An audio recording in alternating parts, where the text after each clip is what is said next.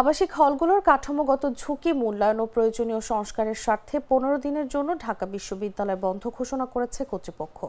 এ অবস্থায় রোববার বিকেল 5টার মধ্যে সব আবাসিক হলে অবস্থানরত শিক্ষার্থীদের হল ত্যাগের নির্দেশনা দেওয়া হয়েছে। শনিবার রাতে অনুষ্ঠিত সিন্ডিকেটের এক জরুরি ভার্চুয়াল সভায় এ সিদ্ধান্ত নেওয়া হয়। বিশ্ববিদ্যালয়ের জনসংযোগ দপ্তর থেকে গণমাধ্যমে পাঠানো এক বিবৃতিতে এসব তথ্য জানানো হয়েছে। সভায় উপাচার্য অধ্যাপক ডক্টর নিয়াজ আহমেদ খানের সভাপতিত্বে সিন্ডিকেট সদস্যদের পাশাপাশি চিকিৎসা অনুষদের ডিন, ঢাকা মেডিকেল কলেজের অধ্যক্ষ, পরিকল্পনা ও উন্নয়ন অফিসের ভারপ্রাপ্ত পরিচালক, পরীক্ষা নিয়ন্ত্রক এবং প্রধান প্রকৌশলী অংশ নেন। সভার সিদ্ধান্ত অনুযায়ী আগামী 6 ডিসেম্বর পর্যন্ত বিশ্ববিদ্যালয়ের সব ক্লাস ও পরীক্ষা বন্ধ থাকবে।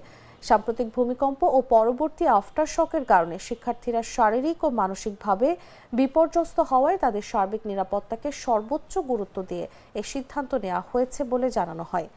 বুয়েটের বিশেষজ্ঞ প্রকৌশলীদের মতামত বিশ্লেষণ করে জানা যায়, ভূমিকম্প পরবর্তী পরিস্থিতিতে আবাসিক হলগুলোতে পুঙ্খানুপুঙ্খ পরীক্ষা নিরীক্ষা ও সামগ্রিক ঝুঁকি মূল্যায়ন অত্যাবশ্যক। সম্ভাব্য সংস্কার কাজ পরিচালনার সুবিধার্থে হলগুলো খালি করা প্রয়োজন বলেও মত দেন তারা।